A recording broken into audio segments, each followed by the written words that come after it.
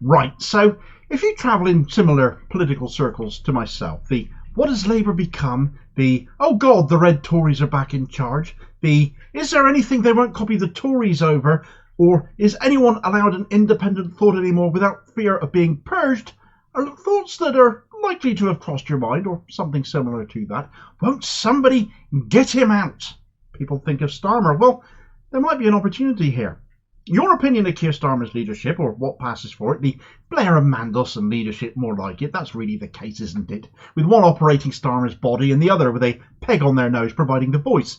That's going to be what you're thinking is going on here, and your opinion of Starmer is going to be a pretty low one to boot. Starmer has decimated the Labour membership. He has driven local Labour parties past the point of collapse, backing the Tories over their pandemic response, encouraged them to go harder on it, just as he is apparently now urging the Tories to go further and harder over benefit reforms set to strip people found fit to work of free healthcare, as those plans involve. On the matter of Israel and Gaza, Starmer is copying US foreign policy just like the Tories are, backing humanitarian pauses so people can have a sip of water before they get shot instead of a proper ceasefire, as the majority of this country want. Getting the Tories out is one thing. They've had their day. They're out of control. We know this. But Keir Starmer, policy-wise, is just going to pick up where they leave off, and nothing's going to end up changing. Well, there is one way to change that, but it involves using our power, the power of our vote, to get him out, to beat him in the general election so he loses his seat, because without him, someone else will have to lead the Labour Party. Could you be that person? Because if you think you are, OISA are at your disposal right now to get you elected and get Starmer out. Right, so OISA, the Organised Corbyn-Inspired Socialist Alliance, when you spell the acronym out, you can see exactly what they're about. It says exactly what it is right on the tin, doesn't it? And where they've come from.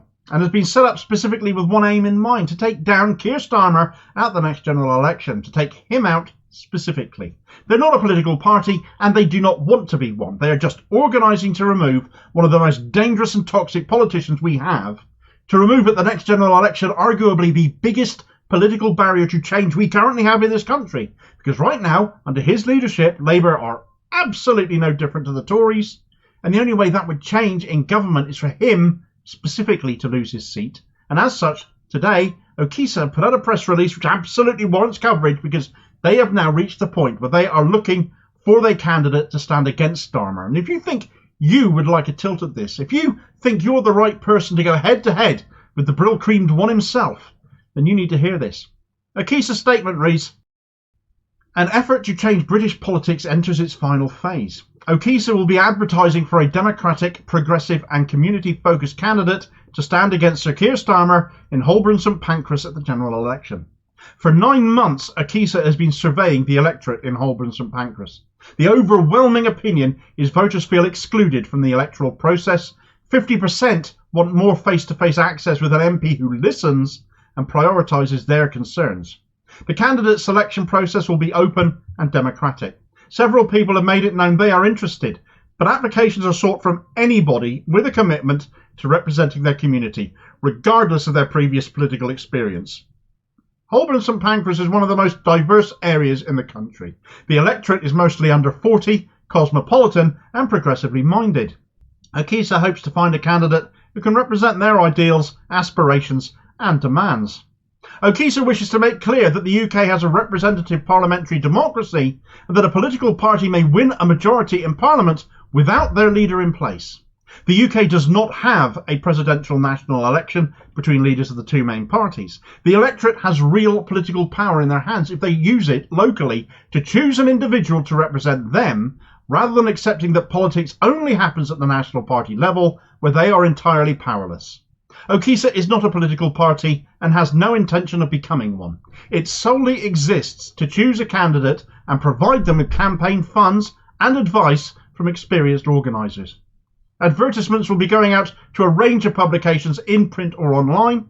Applications should be sent to oisacampaignshsp@gmail.com with a CV and an explanation of what you can bring to the role. Deadline for applications is December 11th, 2023. A shortlist of potential candidates will be chosen by a selection panel elected from and by the membership of OISA, with diversity requirements and a built-in bias towards residents in the constituency. The final choice from the shortlist will be by a democratic vote of all OISA members. To find out more and join OISA and take part in the selection process, or to donate to the campaign fund, go to oisa.org.uk. So basically, if you think you're the right person to take on Keir Starmer, if you have a desire to bring him down and force a likely incoming Labour government to pick a new leader, because the one they've got is such an existential threat to meaningful change in this country, who will carry on doing what the Tories are doing now, as if they're still in charge, who will run the country like he does, his party, like a regime, and will continue to take his orders from the US on the international stage, and as we continue to watch the atrocities in the Middle East be always on the side of Israel, then you've got a golden opportunity in front of you right now to show the country basically what you're made of. The campaign funding will all be there, raised by people the country over who recognise how dangerous a country led by Keir Starmer could be, ably assisted by a great many OISA members, not just based in London, but all over the country, who will descend on Holborn St Pancras to campaign for you come the time, and with you as well. So many of them disaffected Labour members who Starmer has driven away. A wealth of experience amongst them, a ready-made campaign team of experienced organisers and campaigners. This is a lottery win of an opportunity for a parliamentary candidate. So I don't think you need worry about those basic necessities that so many of us couldn't dream to put together without party backing, because they're there already. I have never known a single MP like this upset local people to the point an organisation like OISA comes into being to directly oppose them and only them. That being their very reason for being, let alone being able to raise all the funds needed to do so. All they need from you is your sales pitch to them. Do you think you can beat Keir Starmer on the campaign trail with the right backing? Do you think you can appeal to those constituents of his that are disgusted by him to back you to be the take Keir Starmer down candidate? Do you have the values that a Labour Party should have, so that some semblance of democratic socialism representation in Parliament returns? Get in touch with them. I'll repeat all the contact details at the very end. I'll post them. So that's the closing screen to this video, in case you didn't catch them a moment ago. Because if you've ever fancied being an MP, independent, not really knowing how to do it, and you're disgusted by this bloke, that OISA have grown to the point everything they set out to do is possible. They just need you now to step up and be their candidate. Thanks for watching. I hope you found this video useful. Please like, share and subscribe if you did. More content out daily. Please have your say on this in the comments below and be part of the conversation. Meanwhile, here's a video recommendation where Starmer really does feel that driving members away is the way to win an election. Except many of those members have turned into OISA. And I'll hopefully catch you on the next vid. Cheers, folks.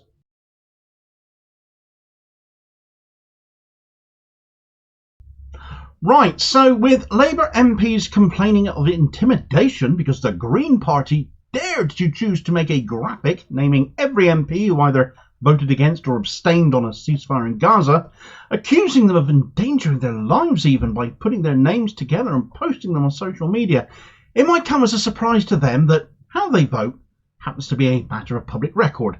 There's even a phone app called Commons Votes that you can download that puts every House of Commons vote at your fingertips, so you can check daily, basically, how your MP is voting and what they're voting on. And perhaps it's a revelation to some MPs that people can easily see how you're voting on various issues, or are you just of a mind that people don't care and don't look, and someone daring to highlight such things, well, that annoys you. My God, people might look at this and no longer decide to vote for me. Heaven forfend. Well, the truth of the matter is, Labour have pulled this stunt themselves, so many times in fact, that it is hypocrisy writ large that they are whinging now when it is done to them. So let's look at a few instances of Labour doing this to themselves, just to show how pathetic their attacks on the Green Party really are. The Green Party who are holding them to account. Right, so the Green Party put out this infographic the other day listing all the MPs who failed to support a ceasefire in Gaza, and as you can see, there are so many names on there, it is stupid. A metric ton of waste men, so to speak, acting not in the name of peace, but acting in the interests of Israel, effectively, whose reputation in this conflict is getting more and more battered by their excuses, and as investigations into what has actually been happening out there have been taking place. But the biggest issue for Labour MPs, aside from their self-pity for how their constituents are reacting, which I'll cover in another video, their anger has been turned on the Green Party, as they claim they're basically being doxed by them now, which isn't even true, since how every MP votes on every matter they vote on is a matter of public record, and anyone can look them up. All the Green Party have done is save people some time, is show people that actually this information is easily collated. Otherwise, how would they know what to put in the graphic, to be honest? You can bet your bottom dollar if an MP voted for something shameful and it wasn't freely available information, they'd all lie through their teeth over that. The Green Party was the first UK party to declare their support for a ceasefire, followed by the SNP and Plaid Cymru. It's the common sense decision. There can be no talks, no peace, until fighting stops and people get around the table instead of shooting each other. If other MPs, mostly Labour, that are complaining, but every other party too that didn't back the SNP amendment to the King's speech calling for a ceasefire, then they shouldn't have voted or not voted at all, as the case may be, in a way that has now resulted in significant backlash for them as people hold them to account, justifiably, not just every 5 years to their shock and horror, but in between those times too. How dare they? But Labour are total hypocrites in attacking the Greens as they have, and there are numerous examples as to why that is. Let's start with Rachel Reeves, because she had a real whine to Trevor Phillips on Sky on Sunday, saying demonstrations outside offices to make MPs vote a certain way is undemocratic. How dare these people think they can tell us what to do outside a general election? Who do they think they are? I'll tell you, Rachel, they're people who won't shut up for 5 years between elections just to suit you. The people that you're supposed to answer to. And I wonder how many donors and lobbyists you call anti-democratic for asking you to vote in favour or against certain things in certain votes. I bet you don't. But then I suppose they give you money, don't they? Well, back in 2020, Tory MPs based in Leeds constituencies, Reeves' own patch, he's a Leeds MP, voted against giving free school meals in the holidays to kids. Now, of course, Reeves is also against rolling out universal free school meals as well these days, unable to say where the money's coming from, apparently. You print it, lovey, and you tax the rich to offset that spending. That's how it works. You know that, really. But being a red Tory, you care no more than these Tories did in 2020, when you decided to name and shame them, but you shared infographics doing so to each and every one of them. So what's the difference? Same year, same issue, the Daily Mirror put out a front page with all the names of the MPs who backed starving kids during the holidays. Well, who'd have thunk it? Sir Kid Starver, because there is always a tweet showing that he's got two faces, shared this front page saying, "Last night the Conservatives voted against extending free school meals. They're letting children go hungry this half-term and over Christmas." He, meanwhile, is going to let them go hungry now for the next Parliament should he get into power. But he named and shamed the Tories at one point on this issue as well. Come forward in time a bit, 2021, and the official Labour Party Twitter account actually highlighted the very fact how MPs vote is public information by linking to the public record, encouraging people to look up the 248 Tory MPs who opposed calls to investigate government corruption. Again in 2021, but back on the subject of free school meals, Angela Rayner named and shamed the then Children's Minister Vicky Ford for voting against free school meals for hungry children. London Mayor Sadiq Khan has done it as well. Back in 2016, he made a very big deal of the Tories all voting against his then affordable homes plans on the London Assembly, but singled out his political rival for the mayoralty, Zach Goldsmith, to draw special attention to. There are more examples than this still. Factually, there's nothing wrong with pointing out how elected officials, our leaders, our politicians, our representatives vote, because asking them to justify those votes is holding them to account, and that is something all of us have a right to do. The increasing feeling in this country right now is one of increasing awareness of the truth, certainly of the Israel-Gaza situation, and it is casting an uncomfortable light on those who benefit or have benefited from Israel lobby support. That being held accountable for opposing the cessation of more killing is causing them to squeal, "This isn't fair, you're being mean to me." Try living in Gaza then. Try living in the place you have decided Israel can keep blasting the hell out of, decimating lives and livelihoods, all in the name of Israel being able to defend itself. But Palestinians having that same right doesn't seem to register with you. I can only assume because that position has been a bought one. It's also obviously hypocritical when it is fine for them to do it, but not having it revisited upon by them is something else. It also isn't like the Greens singled out Labour, because they did it to the Tories too. Tories are on that infographic as well. Labour playing victim has brought out support for them, though, bizarrely, which I find completely twisted. Clearly they haven't seen enough of the graphic images being shown that Labour are choosing to abstain over. Clearly are content to see more of people hurt, maimed, killed by what is going on out there, having acted in a way that will encourage more of it. The Greens were disgraceful, they tell us. No, they weren't. They simply published publicly available information. They are weaponising a tragedy, others squeal. Well, you're defending a party that has opted not to end it. And the Green Party, again, only published publicly available information. Labour don't oppose a ceasefire. They're backing humanitarian pauses. So you can stop fighting for as long as it's enough time to let someone have a drink then before shooting them. That isn't the same as giving somebody a drink and not shooting them, because both sides have downed tools to talk and negotiate and reach a peace settlement, is it? Other people have taken the opposite view, praising the Greens for what they've done. Just doing a cursory search on Twitter, Mark Hanna wrote, "Well said, I absolutely will defend the publishing of those names. These people should never be voted for again." Rich Neville wrote, "Labour's basically spent an extremely productive day on Green Party recruitment." A good point. A lot of people have been joining the Greens all of a sudden, wanting to be on the right side of history, wanting a party that actually represents how they feel on this issue. The Green Party policies and political positions on current events attracting more people to them as an alternative, a proper, meaningful alternative to Labour, a party of change. Labour, though, are just wallowing in self-pity for refusing to back a ceasefire. By doing that, the party has come out as pro-violence, the humanitarian pause excuse being a genocide Joe Biden fiction as more and more armaments and supplies head to Israel from the US and, yes, from this country as well. We can't blame Labour for that, of course, they aren't in government. But if they were, do you think they wouldn't still be going on? You're a brave individual if you think these weapons wouldn't still be going there. Fact of the matter is, Labour have no defence for how they've acted. They, for the most part, 56 Labour MPs aside, put Starmer's diktat before what is good and right, and they know it. And all they have left is playing the victim whilst being on the side of atrocity. Now, who does that remind you of? Thanks for watching. I hope you found this video useful. Please like, share and subscribe if you did. More content out daily. Please do have your say on the story in the comments below and be part of the conversation. Meanwhile, here's a video recommendation where Labour MPs have individually been making their excuses as well. I covered one frontbencher's efforts to excuse himself in this video here, and I'll hopefully catch you on the next vid. Cheers, folks.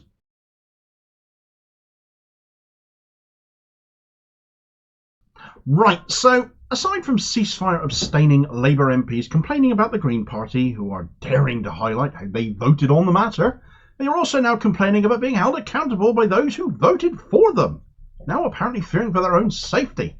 It's a little bit rich when this is over them refusing to back a position whereby Labour declare they were against people in Gaza literally being kept from being blown to bits. If you fear for your safety because people who voted for you are holding you accountable for that, try living in Gaza right now. You put their safety as secondary to your own.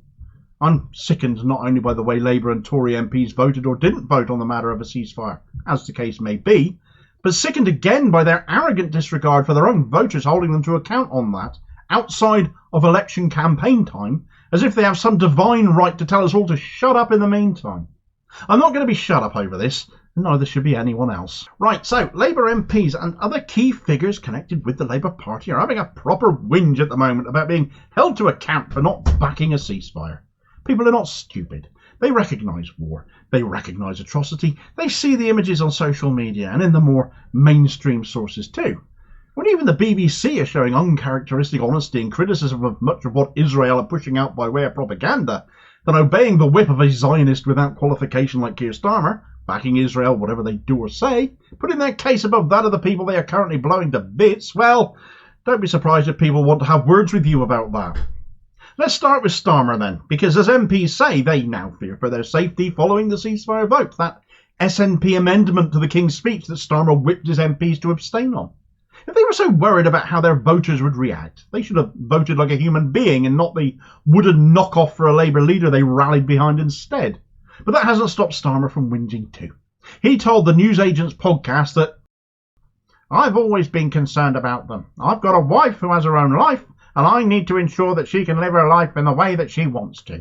I've got 2 children. I've got a 15-year-old boy and a 12-year-old girl. And my biggest concern, about the only concern I have going forward, is asking myself over and over again, particularly at the moment, how do I protect them as we go into this?" Now, I would like to think that the only person people appalled by how Labour MPs voted on this last week would take aim at, with regards to Starmer's family, Starmer himself. I've certainly not seen or heard of any threats or violence against his family. If there are or have been, I totally stand corrected. But if this is your response, violence, to how many Labour MPs sat on their hands on this issue, how are you any better than those dishing out violence in the Middle East right now, really? There are better ways than issuing threats, but equally, that doesn't mean Starmer shouldn't be held to account for his actions. The diktat he handed down, the decision not to back a ceasefire, as Labour sources have said, because he won't until Joe Biden does. He won't until Rishi Sunak does, because he is led, he is not a leader. Above anyone else, he should be held to more account and more scrutiny than other MPs, because ultimately the decision to act as many did came from his directive. That said, they still had a choice. 56 MPs chose to defy him. 10 shadow ministers resigned so they could follow their conscience and defy him. So for all those MPs who didn't and have faced flack since, well, I've got no sympathy for you. Take Jo Stevens, for example. She had her Labour office graffitied with the word murderer daubed across it in red. Now, sure, this is criminal damage, but at least her office didn't get blown up as so many Palestinian homes have been. It'll scrub off. No doubt if you catch the perpetrator, they'll be punished. Rightly so. But equally, you should take note of the fact you've acted in a way that has been opposed by most British people, some 3/4 of whom want a ceasefire, want Labour to back a ceasefire. And if you didn't back that, if people don't feel their MP is listening to them and listening too much to their leader or looking after their own prospects first and foremost, they don't expect people to be in much of a mood to talk nicely to you. There was Rushanara Ali as well. She signed Richard Bergen's early day motion for a ceasefire, but she wouldn't follow through with a vote for that ceasefire, following Starmer's diktat, and she ended up subject to a protest march past her office with demands she now resign. That's not serving your constituents if so many of them organised to demonstrate against you and against what you voted for, is it? She wasn't the only one suffering demonstrations outside their offices this week, though, as Keir Starmer's Holborn St Pancras office had a protest outside of it, and Wes Streeting had his second demonstration outside his office in Ilford North in a week, the most recent one bigger than the last. Ignore your voters at your peril. They are disgusted with you. But for other Labour MPs, they should know their place, apparently. Keir Starmer in a wig and Shadow Chancellor Rachel Reeves has defended her colleagues here, saying these protests are intimidation. No, they aren't. This is your constituents reminding you that you are supposed to serve them, not pretend they don't exist for 5 years in between elections when you're forced to notice them again to win votes. How dare you say people cannot lobby you, in effect, which is what this protest is. Lobby you collectively, demonstrating their thoughts, their feelings, their wishes, how they want you to address this situation they feel so strongly about, that they are just there for you to ignore? You're a disgrace. Another one has been Angela Eagle. She's attacked the Green Party again. She's called out the Green Party for naming and shaming all the MPs who voted against or abstained on the ceasefire vote, something I covered in more detail in another video, saying they should be ashamed of themselves. Let us not forget that this is the same MP who tried to weaponise intimidation against her by her own CLP by making up a story about a brick being thrown through her office window when actually nothing of the sort happened. It didn't stop her CLP ending up getting suspended, though, when they were about to call a vote of no confidence in her. Did it, though? It worked. She's still an MP, though I have heard the Liverpool Independents plan on standing a candidate against her at the next election. So if the good people of the Wirral who live in Eagle's constituency back the actual Democratic Socialist on the ballot, she may be a goner yet. One of the worst offenders, though, calling out these attacks on MPs and also having a dig at the Green Party as well, is Alistair Campbell, Tony Blair's former spin doctor. He actually named and shamed every Labour MP who voted against a people's vote on Brexit, and later on another vote named 248 Tory MPs and encouraged people to find out where they are and tell them what they think of them when they did so in that vote. A levelling up get my words out in a moment. A levelling up vote, I believe it was. So he's a complete and utter hypocrite. He's also lambasted the Green Party for doing just this week in that graphic that they put out. In his case, though, he chose to weaponise the murders of Joe Cox and David Ames to further his argument, because he is that bloody disgusting. None of these people gave a damn when people were climbing on the roof of Jeremy Corbyn's home about his safety, though. He's an MP, is he not? Why is he not just as important as every other MP? None of them gave a hoot when he was the target of an attempted killing outside of a mosque either, did they? None of them cared when he was punched in the head, not an egg being thrown as the media portrayed it. He was hit with an egg and hand connected with it. And definitely, most certainly, none of them ever complained on the many, many times the press surrounded Corbyn's house. If Keir Starmer fears for the safety of his family, how on earth would he cope if people arrived on his doorstep? Which, of course, they never do. What about the domestic violence and subsequent political attacks of Abstained Begum? What about the Islamophobia that's been suffered by numerous Muslim MPs, but notably Zara Sultana, who has spoken out against that just this week? There's nothing from these, all right-wing Labour MPs, of course, on the victimisation of their left-wing party colleagues, because they may as well be in another party. They are reviled by some in their own party more than they revile Tories. Labour is a broad church, my arse. If Labour MPs don't want their constituents being angry at them, it's no good pretending they don't matter for the 5 years between elections, because they do. You should be listening to them, not Keir Starmer, else you are making yourself a bigger and bigger target for someone to come along with a mind of standing for election against you purely to take you down, to take your vote, to punish you personally. And frankly, that's the democratic way to do it. If you don't like an MP, they don't listen to you. They don't vote in a way you agree with, and tell them. Certainly don't vote for them. Thanks for watching. I hope you found this video useful. Please like, share and subscribe if you did. More content out daily. Please do have your say on this story in the comments below and be part of the conversation. Meanwhile, here's a video recommendation where standing against an MP you don't like is perhaps easier said than done. But when that MP has lied and cheated his way to where he is, done everything he promised not to, well, that's the surest way to get constituents mad and, well, not just mad, but they might organise too.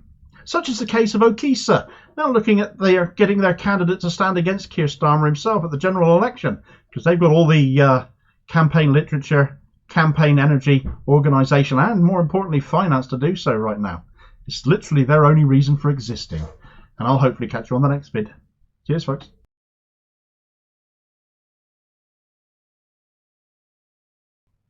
Right, so nothing quite screams wrongdoing like dodgy scrutiny, like telling MPs that they aren't allowed to ask questions about stuff the government is doing. And for this Tory government, boy, have they made a habit of that. You only need to look at the stuff coming out of the pandemic inquiry to see that, virtually on a daily basis at the moment. But for weeks now, we've seen stuff on social media regarding UK military movements from a UK airbase in Cyprus to Israel. Now this raises questions, doesn't it? What are they up to? What is the government doing, flying military aircraft into and out of Israel? Maybe these are aid drops, perhaps. Food and water being sent down to people in Palestine so they needn't die of thirst or starvation, but can wait to be blown up instead again once the shooting begins once more. Humanitarian pauses and all of that. But if it were that, why not just say so? Instead, an MP, unnamed, has now formally asked about these movements into and out of Israel from Cyprus, and that information has been blocked by the government. Fortunately for us, however, we have a high calibre of investigative journalists in this country. That they don't work for the mainstream media, though, shows their devotion to journalism and not money. And thanks to them, we might just know now, and we need to know, because democracy lives or dies by what people do about such things. But if our government are choosing to keep us in the dark, how can we hold them to account for what they are doing, allegedly in our names? Right, so what has been going on here then, Damo? Well, if you want to know what is going on in the world of military and intelligence services worldwide, your go-to alternative media sources to find out should definitely include Declassified UK. And they produced 3 really key articles in the last 2 weeks about this, 2 of them since last Friday, regarding the movements of UK military assets from RAF Akrotiri in Cyprus, a UK airbase we have stationed there. It's been there since the 50s, originally built in connection with the Suez crisis. Because of Cyprus's close proximity to both the Israeli and Gaza coastlines, the distance from RAF Akrotiri to Tel Aviv by air, for instance, is only 180 miles, 40-minute flight. It is rather nicely placed to fly into and out of Israel. But why would a Cypriot-based UK military flights be going into and out of Israel to start with, though? It's one thing to be on their side. It's one thing for our pathetic weakling of a Prime Minister, Rishi Sunak, to tell Benjamin Netanyahu that he hopes he wins.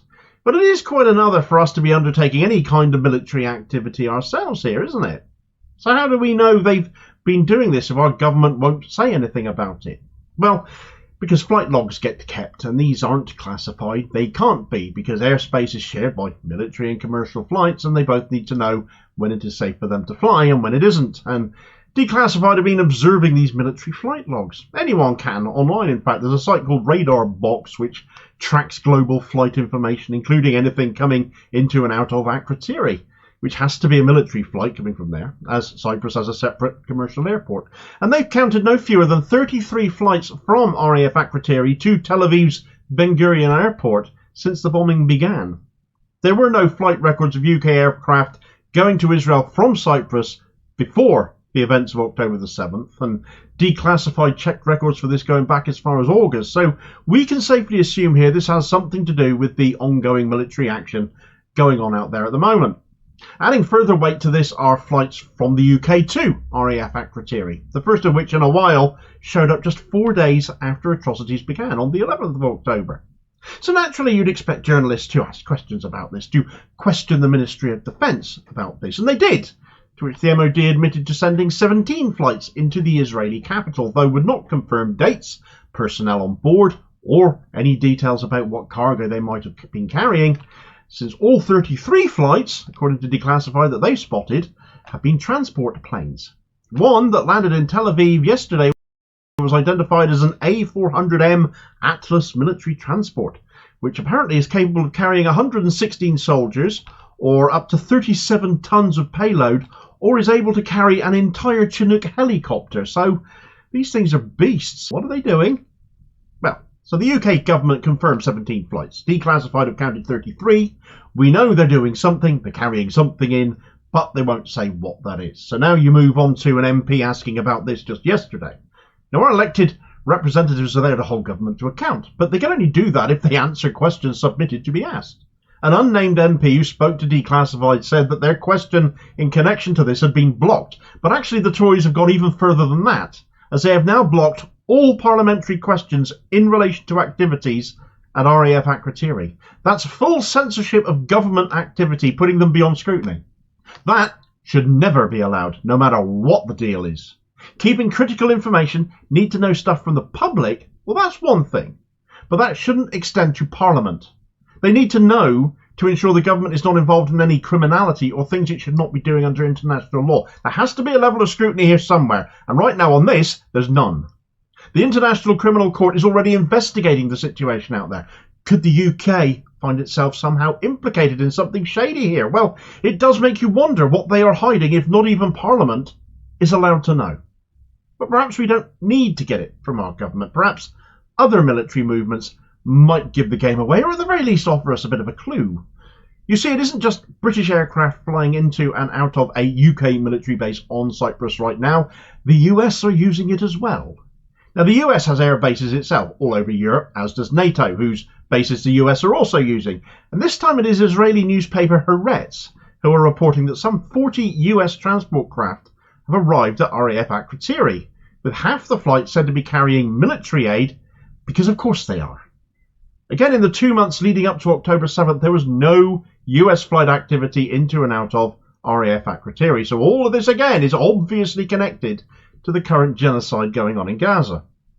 Are any of the US planes flying into and out of Israel too? According to Haaretz, yes, but the MOD won't confirm or deny as per usual. However, it is incredulous to believe they don't know what the US are doing, since they are using a British airbase right now. We also might have an idea of the kind of military aid being flown in as well. And this has come courtesy of an internal leak from the US Defense Department and a list of weaponry allegedly being supplied to Israel, and it is horrifying.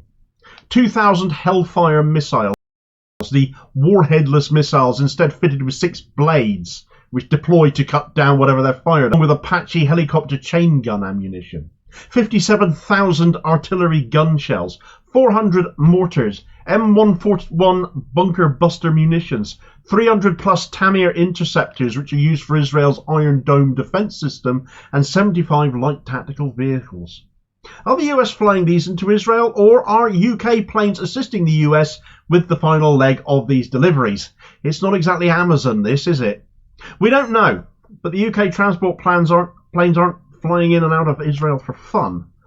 Those in the know in our government will be Grant Shapps, the Defence Secretary, James Cleverly, who was the Foreign Secretary for part of this conflict, and David Cameron now going forwards as the current Foreign Secretary. And as I've already mentioned, the ICC are already investigating what's going on. They have the jurisdiction to investigate war crimes and crimes of genocide and prosecute in connection with that.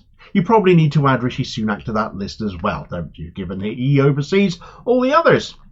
Does a day in The Hague await them further down the line? Well, when they won't tell us, or even Parliament, what they are up to, it's probably no good, is it? Guilty of war crimes. Well, they could be complicit.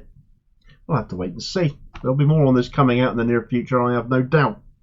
Thanks for watching. I hope you found this video useful. Please like, share and subscribe if you did. More content out daily. Please do have your say on this story in the comments below and be part of the conversation. Meanwhile, here's a video recommendation where the return of David Cameron to government is a definite win for Israel. The most pro-Israel Prime Minister ever, as Israel themselves have called him. And I'll hopefully catch you on the next vid. Cheers, folks.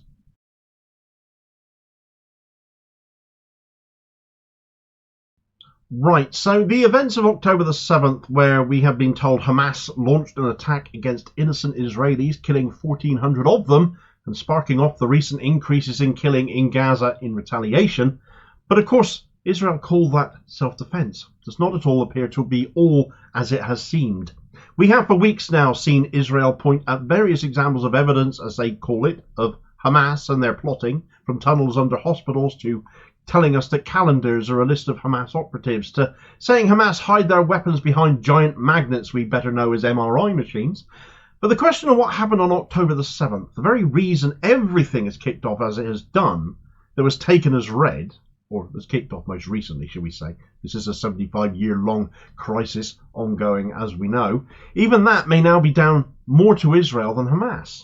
And those allegations have just been thrust front and centre into the spotlight and have proven to be true. Every individual cheering on Israel as it commits genocide will look like fools, and our politicians selling that vision to us all must have a day of reckoning for it, for enabling war crimes and for supporting them. Right, so let's get one thing straight here at the get-go. Hamas are not entirely innocent here. They did go into Israel. They have killed people. But the actual events of that day are not as black and white as it has been inferred, because of course investigations take time, and much of the Western opinions passed on as news have been based on feelings, on biases, on taking a side in a matter before the facts are truly known. It's easy to forget that Gaza is occupied territory, and they have a right under international law to resist that occupation, to resist their occupiers. Israel have become experts in playing the victim, though.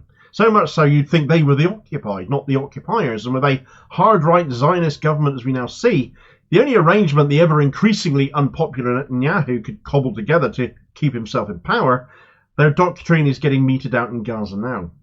Stories from eyewitnesses have been key to starting to get to the truth of this matter now, though. Eyewitnesses to the attacks on the music festival that was going on, and the nearby kibbutzes, agricultural communities basically, those close to Gaza notably having their own militias, were attacked by Hamas. People were killed, not least Palestinians as well as Israelis working the fields, as well as those who came into military conflict with each other. It was said that along came the Israeli armed response to deal with Hamas, and that was that. The excuse given to Israel to basically go into the occupied territory in the name of self-defense, of course, and have been committing genocide and ethnic cleansing ever since. But we're getting a clearer picture, and in no way are Israel absolved of the killings in the kibbutzes or at that music festival, since more and more evidence is appearing that they took part in killing many of their own people in pursuit of Hamas. Let's start with that music festival, the Nova Festival it was called. Israeli newspaper Haaretz have now come out and said it was an Israeli helicopter that killed its own civilians at that festival. If you're on social media, there's been this viral video that's been going around for several days now, shot in night vision. It's all a very lurid green, showing the viewpoint of an Israeli combat helicopter arriving and opening fire on cars and anybody frankly running from the scene. You can see figures wearing white t-shirts being targeted in it. Hardly the clothing of choice for people going out in the night to try and not be seen as you would expect Hamas to have been dressed. 364 people were killed at the Nova Festival. Israel had been claiming that 260 Israelis were killed there all by Hamas, but that story eventually changed when some Israelis involved and eyewitnesses made clear they'd killed some of their own. It has also become clear that the festival was not known to Hamas fighters to be taking place, as it was not their intended target, yet it was the attack on the festival that instantly grabbed global attention and was the reason Israel went into Gaza, killing indiscriminately, as it has continued to do so since. 12,000 Gazans are dead at current time, 10 times the number of Israelis that were killed on October 7th, and half of those killed in Gaza have of course been children. And of course the targets have included refugee camps and hospitals and schools. The 1,400 dead Israelis figure, however, soon got revised down to 1,200 as Israel realised they'd counted 200 Hamas freedom fighters and innocent Palestinians in their count. They just assumed everyone who was dead was Israeli. Well, how did that happen? Well, this overestimate of actual Israelis killed became a matter of ridicule, and when questioned by this, by Mehdi Hassan, the former UK ambassador to Israel, now an advisor to Benjamin Netanyahu himself, Mark Regev, a truly reprehensible professional excuse maker, in my opinion, gave away the fact that for 6 weeks, because this only came out the other day, Israel didn't know that 200 of the bodies they had burned were not Israeli, because they believe all the bodies that had been burned had been Israeli. This is a point that becomes all the more crucial because Hamas were not armed with anything sufficiently incendiary to burn all of these people. People burned in cars, people burned in their homes. When you come to the matter of those kibbutzes, which I'll come on to in a moment, they could not have been burned by Hamas. In other words, all of those that had been burned. And I think a lot of people have been confused by this story because they're thinking, well, they burned the bodies after they'd been killed. No, this is how they were killed. They were burned by Israel. Regev has inadvertently admitted that they torched some of their own people and they knew it. What about those kibbutzes, though? As investigations have continued, it seemed because of the festival being in their way and screwing up their intended plans, the majority of the people killed in the kibbutzes were not killed by Hamas because most of the Hamas operatives didn't actually make it that far. They were killed by Israel instead. And this has come from the testimony of a reserve IDF pilot, Colonel Nof Erez, who spoke to Haaretz about it and said in relation to the kibbutz attacks, a Hannibal directive was ordered. Now, Hannibal directives were supposedly outlawed in Israel in 2016. And these are an Israeli Defense Force order which basically orders the killing of their own people to prevent them from being captured. What kind of insane authority or government has such an order on their statute books? That's crazy. A law that authorises you to use military force to kill your own people. But of course, this is why the IDF colonel spoke so candidly about this. He was just following orders. Have you heard that one before? It corroborates the eyewitness accounts that have come out, though, saying that it was Israel itself who were responsible for most of the deaths there, with Colonel Erez saying that the absence of any Israeli forces on the ground at the time ruled out any chance of ground coordination of the air assault, meaning that the helicopters would have been shooting at any target that moved, thereby being Hamas, those that managed to get that far, or innocent Israeli citizens who happened to live there. Many tried to flee the carnage in cars and were cut down by the gunships. It didn't matter if it was Hamas driving away with hostages or innocent Israelis just trying to get away from what was going on. All of them got gunned down. All of them were equally targeted, and that was a direct order. A specific directive that should no longer exist, or so we're told. The fact Colonel Haaretz referred to the strike on Kibbutz Be'eri as mass Hannibal implies it is still Israeli policy to kill their own people to stop them from being taken hostage. According to Haaretz, if a hostage situation is detected, it becomes more Hannibal. And that does cast a new light on the atrocities that Israel have been committing in Gaza as regards trying to rescue their hostages, and them seeming to do so with fires of bullets and bombs. It's not a very good way of rescuing hostages, but if hostages are there to be killed under certain directives to prevent them from being taken hostage to begin with, well, how hard are Israel trying to rescue the hostages that did get taken? More and more eyewitness testimony, interviews and investigation will go on. It has to. Once more, we're reminded that anything the Israeli state says about what is happening right now out there and in Gaza is not a narrative that can be trusted. They put out too much propaganda. They've tried to pass off too many falsehoods as truth and been caught out too many times in doing so. We need a ceasefire now before they commit any more atrocity in the name of actions they put the blame solely on Hamas for committing. That doesn't excuse the killings Hamas did commit. But how many of those were actually Hamas and not Israel is becoming more and more questionable. So we need a ceasefire now, not only to stop more killing, but to get to the bottom of what has happened already and hold those responsible to account, which more and more looks to include the Israeli government itself and its military commanders, a defense ministry, a ministry, let's not forget, is led by a far-right extremist now, Bezalel Smotrich, one of the horrors Netanyahu did a coalition deal with for him to keep hold of power.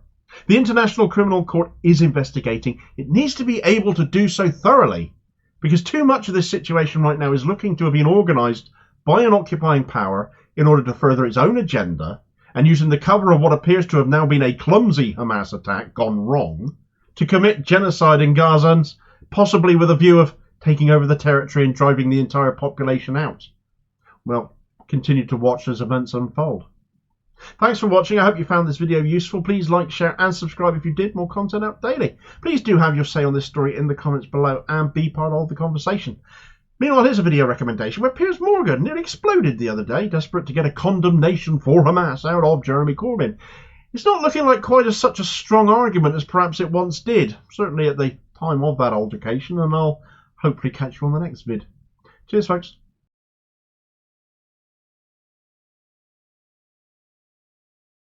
Right, so there have been dozens of resignations from the Labour Party over the anti-ceasefire stance of the Labour leadership.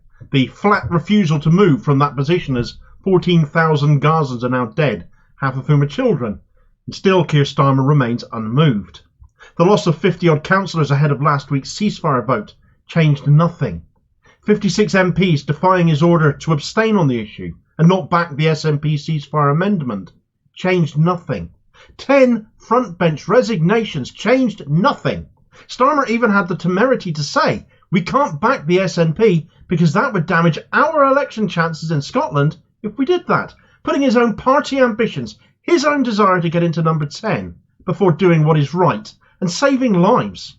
It'll be a horrible shock to Starmer in which case that Scottish Labour today voted for a ceasefire, in which case. The fact is Starmer isn't listening to anyone on this, and so we probably shouldn't be too surprised when further resignations come along.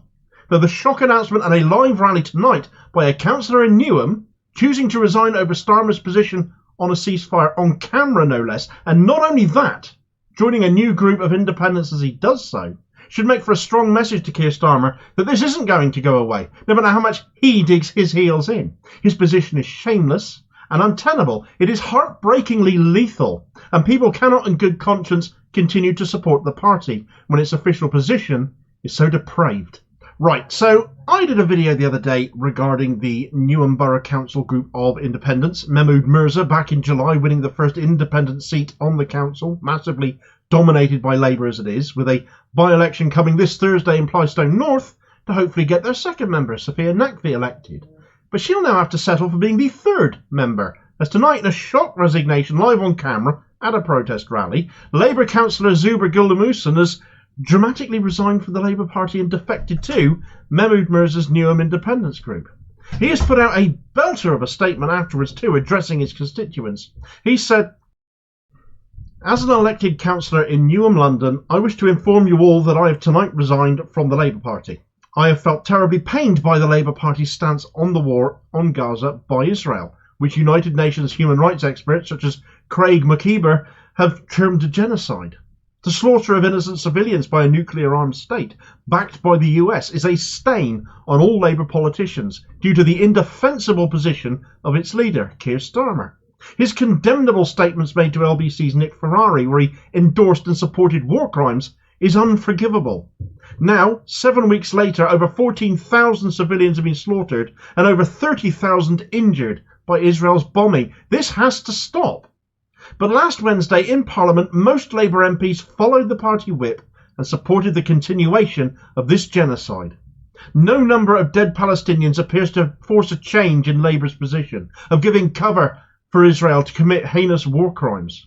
The question is, therefore, why should we, as local community champions, have to defend such policies?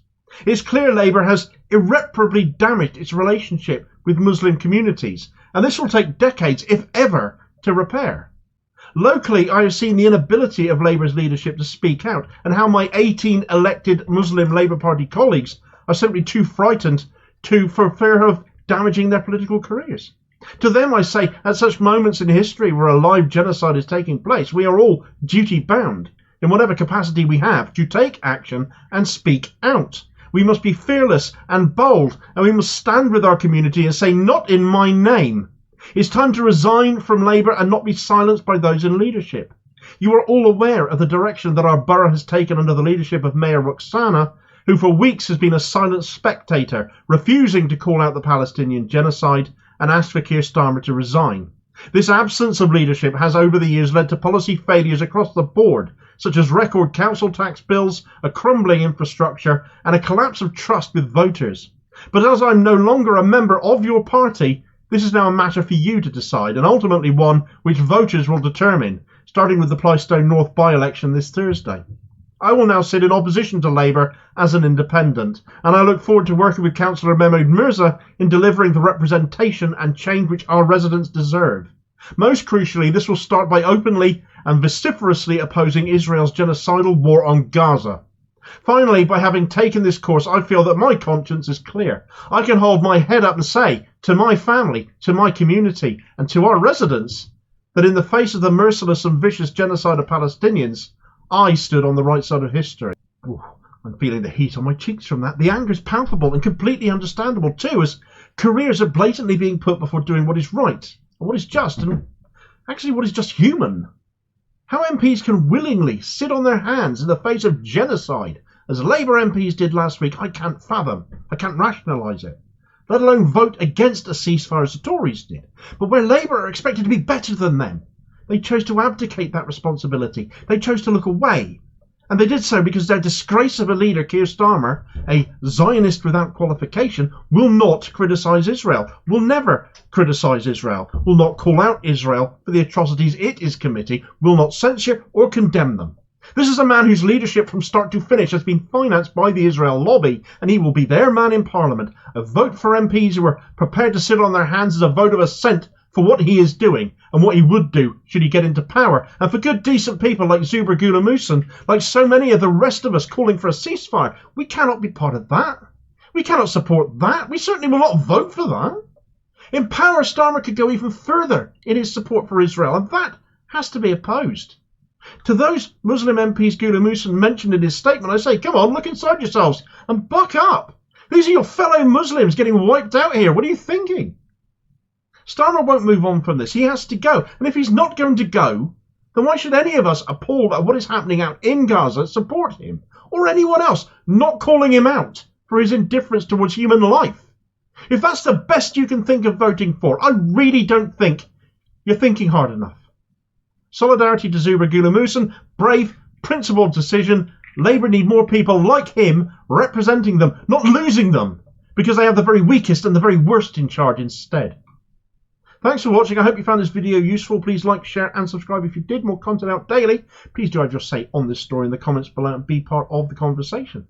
Meanwhile, here's a video recommendation on the by-election happening in Newham on Thursday. Sophia Nakvi, hoping to make it 3 Newham independent group councillors. Do get out and vote for her if you've got a say in the matter and that. And I'll hopefully catch you on the next vid. Cheers, folks.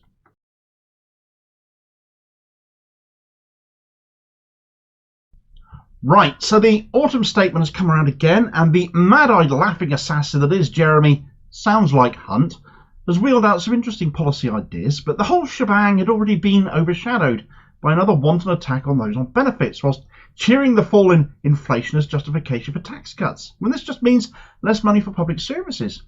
How about, instead of attacking the disabled over whether they can or should work, instead of saying, oh look, all these people who could work from home during the pandemic have proven disabled people at home could do that sort of work too?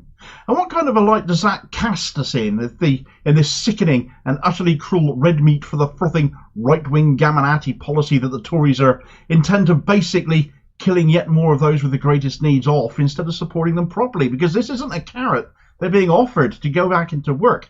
It's a great big stick again. Right, so as ever, most of what is coming in the budget and the autumn statement, as they come out every year, got leaked ahead of time. So we knew benefits bashing was once again on the agenda already. You should work. It's what we Tories believe in, and if you can't, well, we'll help you to shuffle off this mortal coil. 330,000 people have died due to Tory benefit reforms since they got back into power in 2010 before they decided to stop counting. That's 330,000 long-term sick and disabled people not helped into work but instead into their graves. On welfare policy alone, the Tories should have been wiped out electorally long before now, but as recent history has sadly shown, too many people in society think that it's a great policy, because why should some people get some money that you can't when you're struggling too? Politics of envy, divide and conquer the working classes, missing the point entirely that your health is quite clearly better than theirs. That is why they get extra support. There's a better question you could ask yourselves, of course, and that is, why have the Tories not given you more money before the crumbs they are offering, instead of blowing £100 billion in just the last 4 years? The pandemic waste. Michelle Mone and the other PPE oligarchs, that's exactly what they should be known as. Dido Harding, of course, remember her? Where did she lose all that track and trace money? We never have found out, have we? Where even is their apology for that, as they now say to disabled people, get to work, or we'll cut off your incomes, we'll cut off your access to healthcare and dentistry and legal aid and whatever else we can think of until you either get to work or perish. Where are these jobs coming from anyway? People stopped going into the office and working from home instead because of the pandemic. There was no new jobs being created here. It was the same job, different location. What are you suggesting these people who are going to work from home do? Is it better wear catalogues? A little bit of envelope stuffing, some stamp licking? There isn't a lot of money in work from home opportunities unless more businesses start moving to a working from home model. And there were no plans in this statement to encourage businesses to do that. Where is the incentive for businesses to recruit disabled people for them to work from home? How would they be trained from home to do said job if they did? So many questions about this that have not been answered. There were a couple of sweeteners in Hunt's statement that gave nods to pushing people in this direction that perhaps gave that game away a little bit. For those that can go into work with whatever their health issues are, employee national insurance is getting cut from 12% to 10%, and the minimum wage, let's not pretend it's a living wage, never has been, is going up to £11.44, which is a bit of a jump. For those who can't go into work, can't find a job from home, well, perhaps they might consider self-employment instead. Because Jeremy Hunt has just abolished Class 2 national insurance contributions entirely and cut Class 4 contributions for the self-employed from 9% to 8%. So very good news if you are self-employed. These are good things by the sounds of it. It's a few £100 a year if you're earning enough to pay tax, so not to be sniffed at, equally not dramatically life-changing either on average earnings. But if you're stuck at home, what can you do? What sort of a business could you start? How could you become self-employed? And what help will you get in order to do that? And this goes for carers too, who are also at home, looking after these people who have already been assessed as being too ill to work, but are now going to be made to, it seems. What of the carers? Well, Hunt overlooked them completely. They do it every time. Carers? Who are they? Unpaid carers are long-forgotten people that keep this country ticking over, because if they all went back to work themselves and dumped the people they care on the NHS, well, it would collapse overnight. I mean, these people could sit at home and, I don't know, shout at the computer about how awful our politicians are. It's not a bad idea. Does somebody else do that? Oh, it's what I do, isn't it? I'm self-employed these days doing it. Owed to everyone who has supported me to get there, but it's taken years. I'm still a carer as well, regardless of that. I'm just a very lucky, very grateful one, able to do what I do and make a bit of cash doing it to support myself and my family. But I'm an exception, though, and I know it. Not the rule, because it does take years to get going. Businesses fail all the time as well. I could go bust overnight if people stop watching me. And the stress of financial upheaval is immense. You wouldn't believe the hassle I had for 2 months this year, for example, just trying to come off carer's allowance. Now, it's all well and good using myself as an example here, but I'm in good health. Those I care for are not. I make time daily to make content, to work, but if you're ill or disabled, you may not be able to do that consistently. All in all, it's a barbaric policy designed to clobber people as hard as possible. And Hunt can say he's putting their benefits up all he likes. But it's a case of giving with one hand, rising in April by 6.7% as benefits are apparently going to. But if you're going to start stripping more and more people of it with the other, how many people at the end of the day are actually going to really benefit?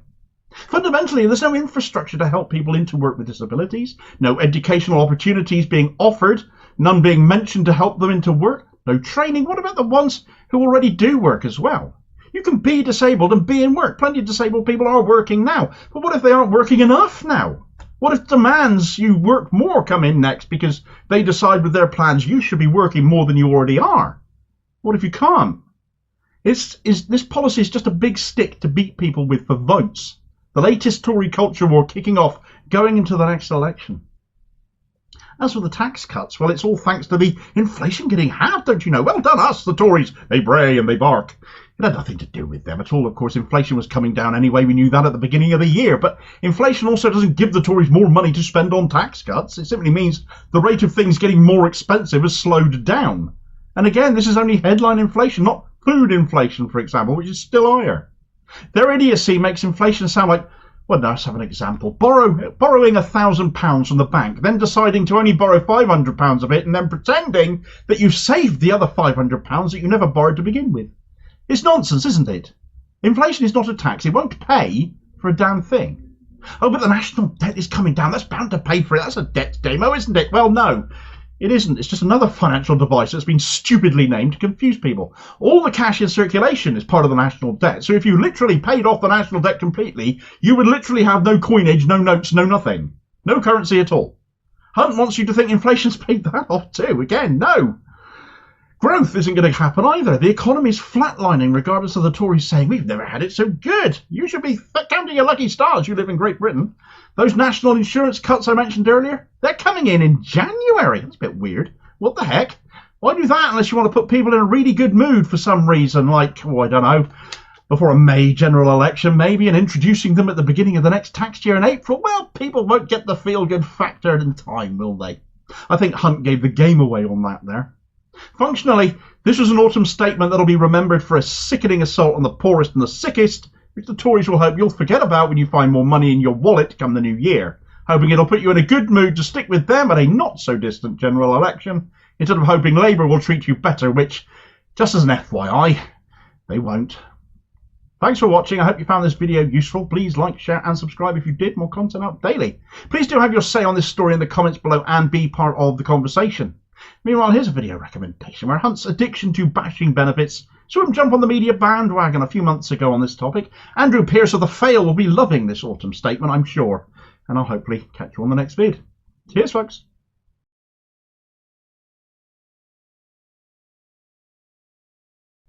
Right, so as Israel continues to wage its genocide in Gaza, all in the name of defending itself from a territory it is already the occupier of course, it has been waging a propaganda war at the same time to get people on their side, to feel sorry for them, to pity them, playing the victims they always seem to do. And if you don't agree with them bombing the living hell out of a tiny strip of land where half the population are kids, well, they might just come along and call you an anti-Semite for it.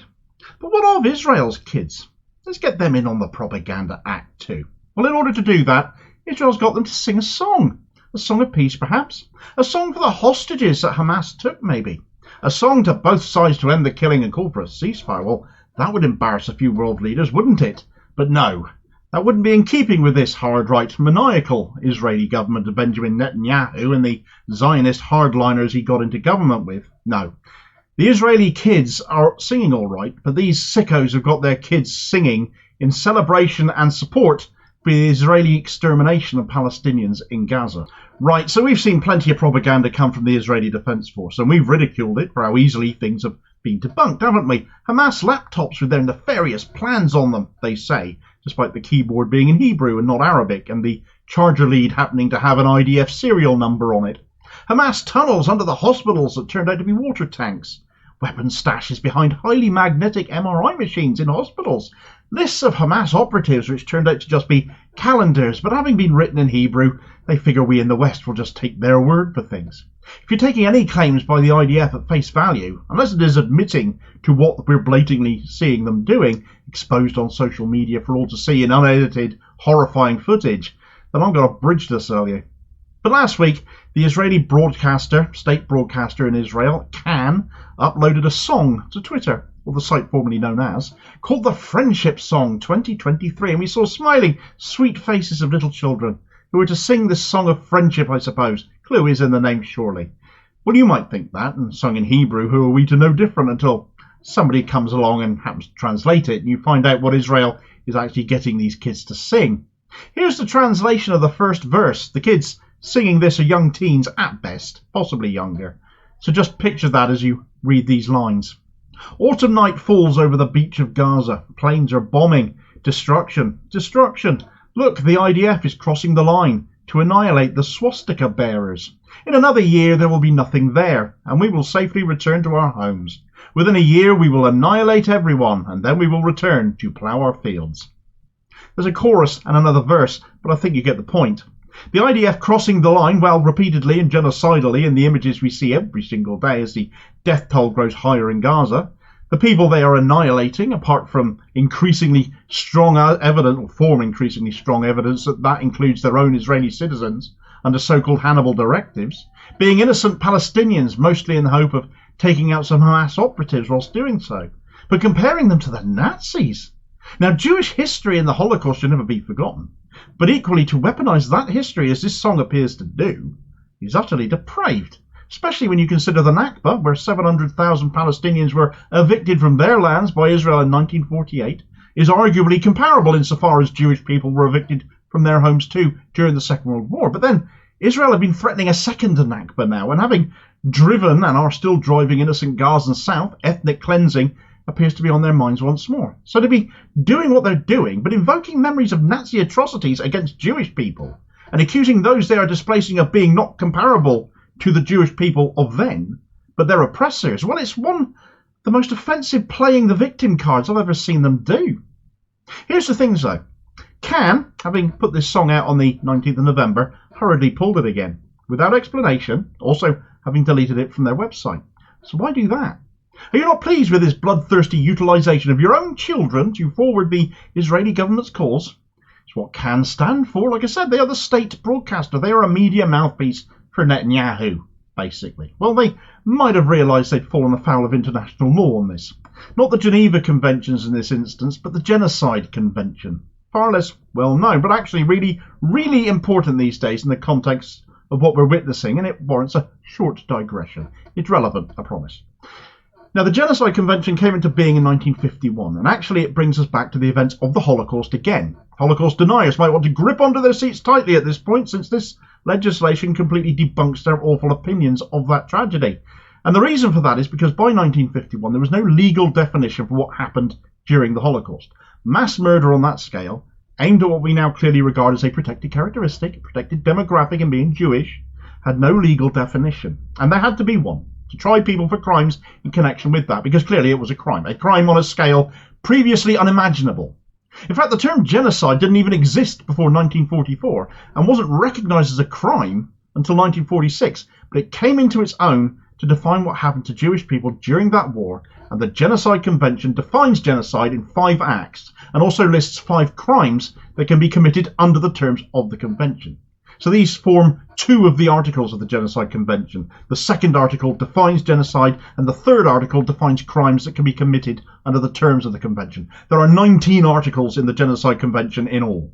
So if genocide itself is defined as the intent to destroy, in whole or in part, a national, ethnic, racial or religious group, then the 5 acts of genocide defined in the second article are killing members of the group, causing serious bodily or mental harm to members of the group, deliberately inflicting on the group conditions of life calculated to bring about their destruction, imposing measures intended to prevent births within the group, and forcibly transferring children of the group to another group.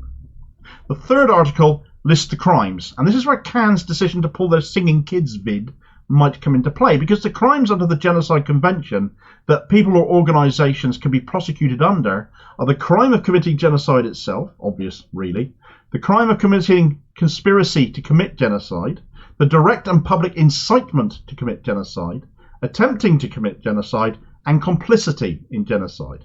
Now, I did think of that last crime any country currently giving Israel armaments might want to consider if they are guilty under the third article for being complicit in committing genocide, but I suppose we'll have to see if Israel choose to push the Gazan people into the Sinai, or kill them all for that matter, or for a case of that to be brought. We sincerely hope we never get to that point, of course. But Can, having published this video where kids are singing about annihilation of Palestinians, referred to as Nazis, and in another year there will be nothing there, well, it does look like they are committing incitement to genocide, and people have been prosecuted for this previously. The Nuremberg trials included people charged with this. There was a case in 2000 in Rwanda, where 3 politicians were convicted of it against the Tutsis, and a former Serbian politician was convicted of it in 2018 for acts he committed during the times of the Balkans War. So there are precedents.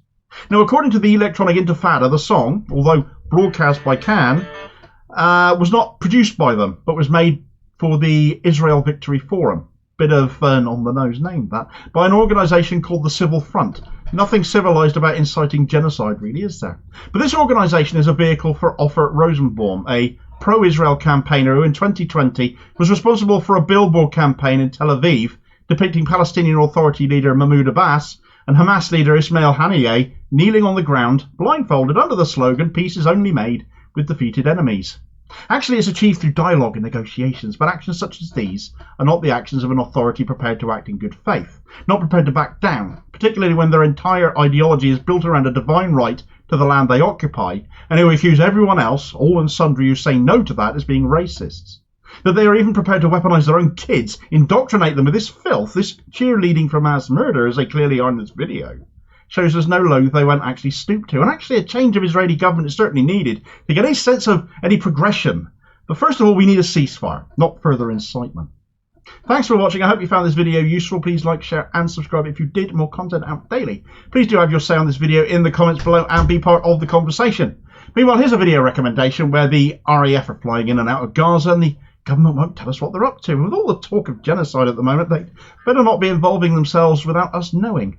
This has to be scrutinised. How can the government dodge that? Well, they are Tories. It's not our experts now. I'll hopefully catch you on the next vid. Cheers, folks.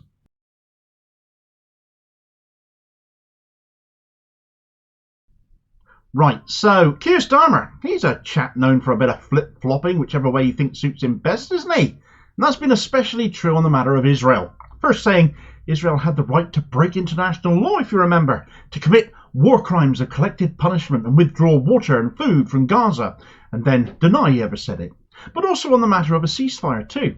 You see, Keir Starmer's managed to make what should be a no-brainer issue, ending the killing of innocents on both sides, that he's managed to make into a party crisis all by himself by adamantly refusing to back one, instead favouring humanitarian pauses. One of his MPs in an interview just yesterday claims that now wasn't true either. Now, I seem to remember just last week he threatened to sack people if they backed a ceasefire. Why do these MPs sacrifice any moral fibre they may be in possession of to protect a leader that would ditch them in a heartbeat for a poll boost, and for whom we've all heard him say and do otherwise? Stop pretending we're all stupid, because you're going to get caught out. Right, so what's the crack then, Damo? Who is providing cover for Keir Starmer over Labour's ceasefire stance? And why has it changed anyway? Has it really changed? Well, this all came out yesterday in an interview with Labour MP Darren Jones, who has been shilling for Sir Keir Starmer ever since he took the post of Shadow Chief Secretary to the Treasury a few months ago. On BBC Breakfast, the issue of ongoing Labour ceasefire divisions came up, and Jones came out with a rather surprising answer. He said, "Let me be very clear. The Labour Party didn't say it didn't want a ceasefire. Of course we want the fighting to end. But the Labour Party amendment we voted for was more reflective of the reality of what could happen in the immediate time ahead, based on the diplomatic efforts both by our diplomats here in the UK and our allies in the United States and European Union. That's why we called for a longer humanitarian pause, so that more aid could be made available and the hostages could be released. That's what is happening right now. We welcome that, but of course we want to get to a position of peace. You know, bring on the election. Bring on the TV debates. I really want to see Starmer have to answer these questions himself instead of other people doing it for him. All those diplomats Jones named, ours, the United States and European Union, what have they all got in common? Well, these are all vocally pro-Israel entities, aren't they? So that's really diplomatic then, isn't it? We all remember Starmer's LBC interview. It's become infamous now. There was no peace on his mind when he said Israel had a right to withdraw water and power. We heard him say it. He's denied it ever since, having been informed it was a war crime. And don't let the whole "surely he must have known" shtick on having been a human rights lawyer previously make you think he's clued up on such things. People he worked with at the Crown Prosecution Service didn't think much of him, thought the reforms he introduced there were pointless. And when he replied to a group of international law experts recently who had written to him about their concerns for Labour's position on a ceasefire, they were left profoundly concerned by what he told them. The implication being he didn't understand international law, even down to his understanding of something as underpinning as the Geneva Conventions. We know he was against a ceasefire. He repeatedly said he was against a ceasefire. He was for humanitarian pauses. He preferred to let some aid in before killing could resume, instead of just letting the aid in without that then following. He wouldn't support the SNP amendment calling for a ceasefire. He claimed that would lose Scotland for Labour. Never mind, people would lose their lives. And oh, whoops! Scottish Labour have just backed a ceasefire anyway. So that's completely wrong-footed Starmer regardless. Shadow Defence Minister John Healey said a ceasefire would freeze the conflict, not help it. Well, surely freezing the conflict stops people dying. Just a thought. Starmer's lost 10 front benchers. 56 of his MPs rebelled against him over the matter of a ceasefire vote. And here we have Darren Jones now saying Labour was never against a ceasefire? Nah, I'm not having it. So what's changed then, if you're going to sing this tune now, though? Well, what had to change for Starmer to shift? Joe Biden had to shift, didn't he? The minute Biden shifted his stance, we knew, we were being told already, that is when Starmer would shift too. Now, Biden has been vociferously against a ceasefire. Nobody on the planet, I don't think, has been more pro-Israel than he, earning him the nickname Genocide Joe for all the tools of destruction that he's been sending over via a British air base in Cyprus, RAF flights possibly transporting them over, though the government are blocking any questions on that matter. Not too suspicious at all, is it? But Biden's stance on a ceasefire has shifted slightly due to a change in the hostage situation, although we are also apparently told that Biden was very nervous about the whole ceasefire issue, because if there was a ceasefire, more journalists would be able to get into Gaza and report on the actual situation on the ground, which Biden feared would turn public opinion against Israel. Gee, I wonder why. People deride Biden for being not in full control of his faculties. He should be being derided for being a genocidal maniac, not caring about lives lost as long as the US has an Israel-shaped foothold in the Middle East. He doesn't want a ceasefire because it would let journalists in who would expose the truth and make the perpetrators look bad, who are Biden's buddies. It's sick, but there has been a pause negotiated for a hostage swap, and the US would have you believe they've engineered this. Certainly our media would imply that, even though clearly it's the last thing Biden really wanted. In fact, Qatar were key to the diplomacy that is allowing this hostage swap to take place. What they've managed to negotiate is a 4-day ceasefire. Don't know when exactly it's coming at this point in time. And the way the media are spinning this is also pretty offensive. 50 Israeli hostages, women and children, are going to be released by Hamas. And in turn, 150 Palestinian prisoners are being released. Women and children too. Kiddies as prisoners, eh? Well, the press is calling them teenage males. But don't be fooled, they're minors, they're children. Let's not pretend they aren't hostages too, because Israel are just as bad, if not worse, at taking Palestinians as hostages, just as Hamas were in taking Israelis. Though Hamas, to my knowledge, don't have a Hannibal directive to kill their own people at risk of being taken hostage, like Israel clearly do. By calling them prisoners in the press, the media are dumbing people down again, that they are not in fact hostages too.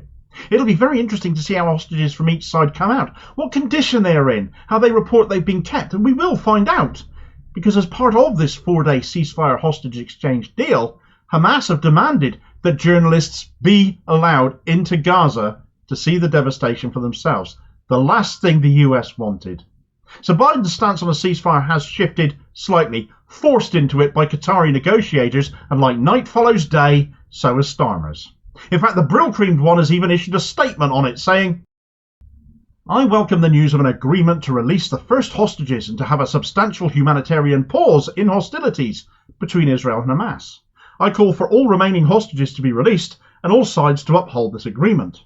A substantial humanitarian pause is what Labour has been calling for alongside our international partners. We must now ensure this pause is used to tackle the urgent and unacceptable catastrophe in Gaza.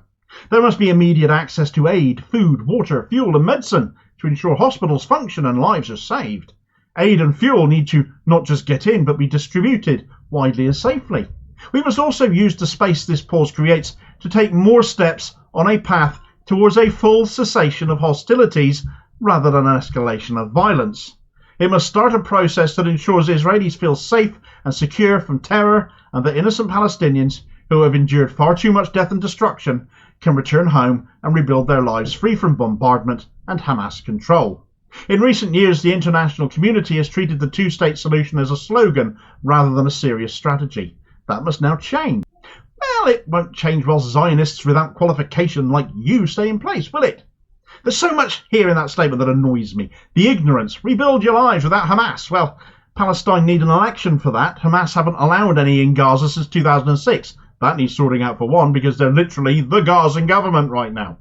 The sneaky implication that his desired pauses now make a ceasefire possible when he so solidly blocked any Labour votes in favour of an actual ceasefire is proper sneaky, snaky stuff. But like I said, it took Biden's stance to shift slightly for his to, in utter lockstep with the US on foreign policy as Starmer is. I look forward to the findings of the journalists going in the coming days. Hopefully this ceasefire will begin very shortly, because I'm certain their findings are going to shame our leaders all the more. Starmer is again pretending he hasn't said and done things we know he did. He is as dishonest as you can get in a politician, and utterly unable to accept when he gets it wrong and apologise for it. That's an appalling weakness in anybody, but for someone who wants to run this country, it's doubly so. Thanks for watching. I hope you found this video useful. Please like, share and subscribe if you did. More content out daily. Please do have your say on this video in the comments below. Be part of the conversation. Meanwhile, here's a video recommendation where Israel have been getting their kids to sing about genocide in Gaza. So more work on a ceasefire definitely needed, but it'll require Israel's allies to do it. And when they move as slowly as the likes of Biden and Starmer are, I really hope those journalists going into Gaza in the next few days, coming weeks even, produce inarguable reasons and case studies as to why that has to happen ASAP. And I'll hopefully catch you on the next vid. Cheers, folks.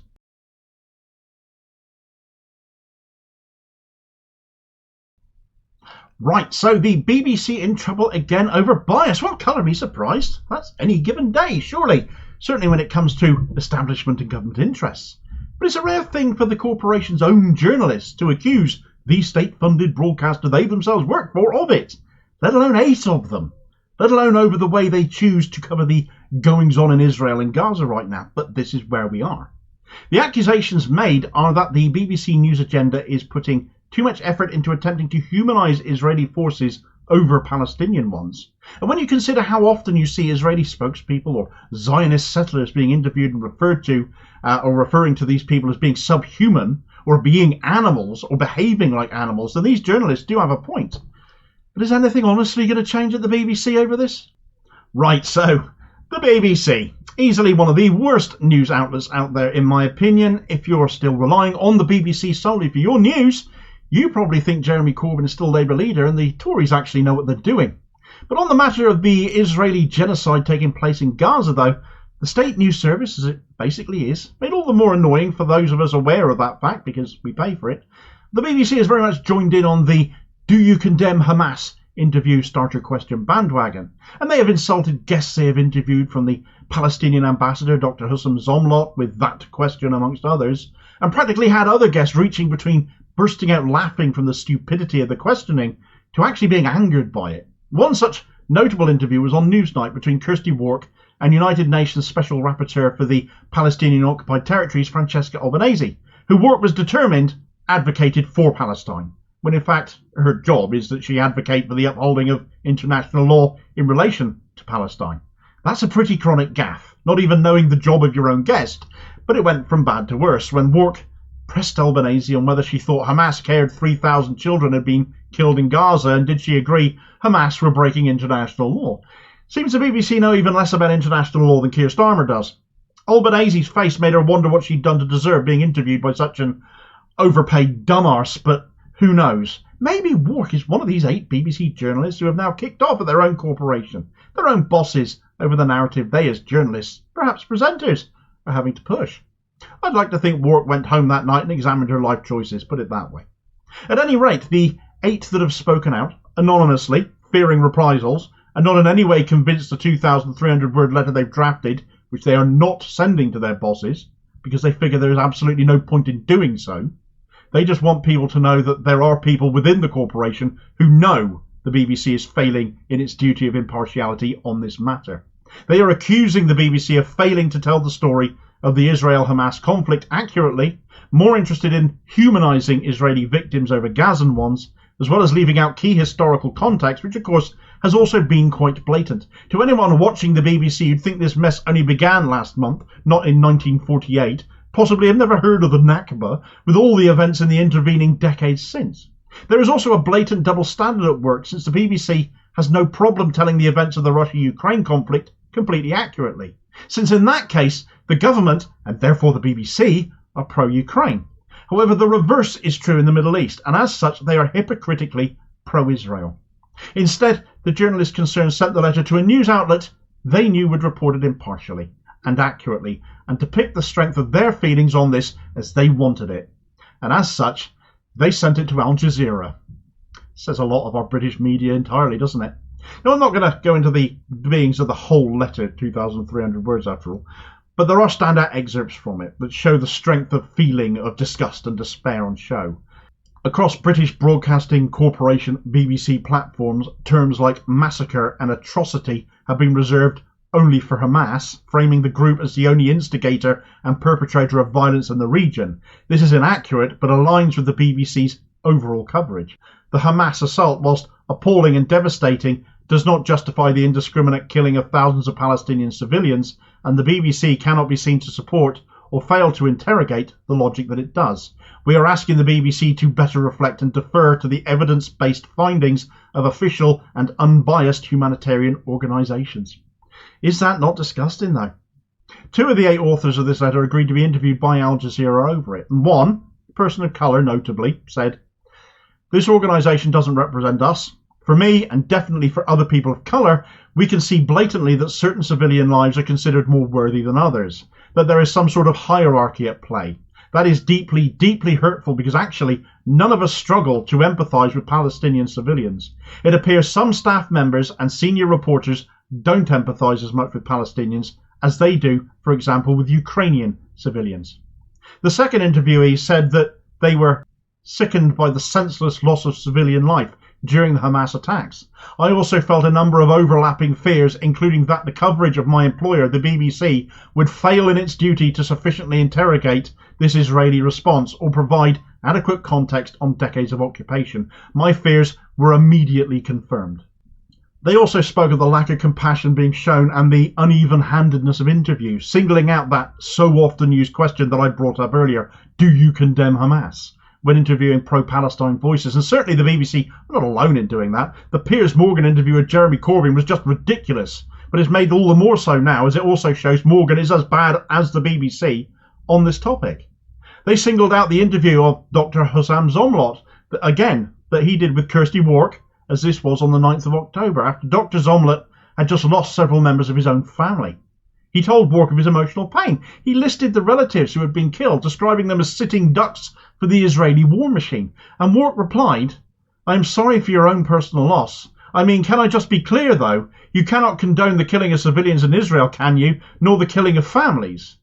Zomlot, taken aback, then said, "No, we don't condone. No, we don't." I think we can safely assume at this point, though, that Kirsty Wark probably isn't one of the authors of this letter, can't we? Because that was absolutely shameless. That's like asking the victims of a murder if they feel sorry for the killer. Quite frankly, I couldn't care less what BBC editorial narrative might be in place if it means asking grieving people who have just lost family in an atrocity such as we've seen going on in Gaza a question like that. You tell the editors who are pushing that line to go and fuck themselves. It's not just the BBC journalists here and now who are critical of the BBC and its coverage, though. Many people have been for years now. My God, I could do a whole YouTube playlist just on the BBC myself. I've refused to treat them as a credible news source in and of themselves for years, since the 2019 general election, when, for a lot of people, their eyes were opened to the behaviour of the BBC, their conduct, and some of its reporters and presenters.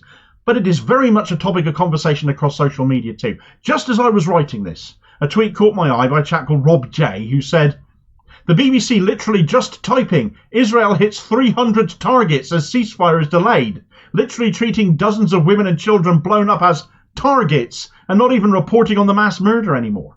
Well, although the planned 4-day ceasefire hasn't begun yet, you can bet the BBC would never address Israeli victims by calling them as targets, would you? This is something that isn't going to go away. When even the staff working at the BBC, the journalists themselves, are kicking off to another media outlet, a foreign-based one at that, in order to be heard and tell their story of their despair and disgust, and saying on the record that there's no point in sending the letter to the BBC since nothing will change and nothing will be done about it. The BBC will continue to fail to inform people properly, fail to inform them impartially and even-handedly, and that isn't even just on this issue. It is on all news reporting that comes out of that corporation, full stop. British news outlets on the whole are awful, and the biggest takeaway from this is that if BBC journalists are going to Al Jazeera to make sure what they want to say is actually what gets told, you could do a lot worse than pay attention to that outlet yourself and what they report, especially on matters in the Middle East. Thanks for watching. I hope you found this video useful. Please like, share and subscribe if you did. More content out daily. Please do have your say on this story in the comments below and be part of the conversation. Meanwhile, here's a video recommendation where BBC coverage of all the Palestinian peace marches going on has been equally as skewed, seemingly more interested in what Suella Braverman has had to say on the marches than the point of the marches themselves, and I'll hopefully catch you on the next vid. Cheers, folks.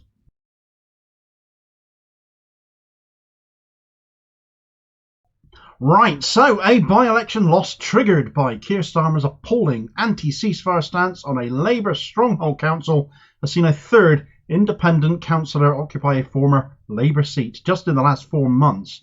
And this seat was won on a staunch pro-Palestine position, as well as pointing out the abject failure of the Labour-dominated council to deal with the issues that matter to local people, too, from rubbish collections to fly tipping to an appalling council tax hike with little offered in return. But this wasn't just a loss of another council seat for Labour, this was an absolute beasting for Labour, a thumping loss, as people rallied behind an independent candidate originally from Labour, disgusted by Labour under the current leadership and the direction it's taking, but no less dedicated to the local area and to being on the right side of history internationally. The local people flocked to them, deserted Labour, the party that has taken them for granted for too long and is being run into the floor by the Starmer regime, and every other Labour councillor on Newham Borough Council must surely know it now too. Right, so Newham Independent Group Socialist candidate Sophia Naqvi romped home to victory in the Plaistow North by-election last night, taking a seat vacated by a former Labour councillor who had resigned from the party themselves, and as a councillor as well, due to the disgusting genocidal position of the party leader Keir Starmer with regards to Israel and Gaza. Now, the Newham Independent Group have only recently been formed, really, principally around the election of the first ever independent councillor, another former Labour figure in themselves, Mahmoud Mirza, who won his seat back in July, showing the ill feeling towards Labour is about more than just the current Israel-Gaza stance that the party's taking, since this took place before the most recent escalation on October 7th, exposing a party that is failing Newham locally on all manner of local issues, but also in part the awful treatment of Mirza himself. He was actually the victim of a Labour campaign against him to discredit him, all covered in the Al Jazeera Labour Files documentaries. It was so prominent, they're still available on YouTube to watch, and it's essential watching if you really want to know how Labour operates these days behind the scenes. It's eye-opening stuff. Anyway, Mirza left Labour when Starmer decided to suspend both Newham constituencies for blatantly factional reasons, but the final straw for Mirza personally was that he had made it onto the ballot for the Labour National Executive Committee elections before finding himself spuriously suspended, as so many members have been, and that then barred him from getting elected. This is when Newham independents were effectively born. Now, just the other day, a Labour defection on Newham Borough Council saw Mirza joined by Zubair Gulumusen, who resigned from Labour with a storming speech, live on camera at that, at a rally, and which I covered in video afterwards, bringing this now Newham Independent Group up to 2, and last night Sophia Naqvi made it 3. So how badly did Labour get rinsed then, Damo? Well, now that you know how new Newham independents actually are, it makes last night's result all the more astonishing at how far they've come in such a very, very short time, because after essentially having come out of nowhere, born out of the disgust for what Labour has become under Starmer just in this last several months, and in light of the awful pro-Israel position the parliamentary party is wedded to now, Naqvi last night took 46.3% of the vote. And this is all the more remarkable given Naqvi was, until last month, still a Labour member and women's officer for East Ham CLP. Labour itself lost over more than half of its vote share, down over 39%, finishing a distant second to Naqvi on just 27%. I will add my own commiserations to my own party's candidate here, the Green Party. Their candidate Zara Keir, I hope I'm saying that right, an autism campaigner at that, as the Greens lost vote share here as well. But when this by-election came about due to, in principle, to Labour's position on Israel, this was very much the reason given for the resignation of the former Labour incumbent. It is a testament to the campaign of the Newham independents that they pulled off the stunning win they've achieved, because local disenfranchisement and disappointment in Labour saw people see them as the viable alternative.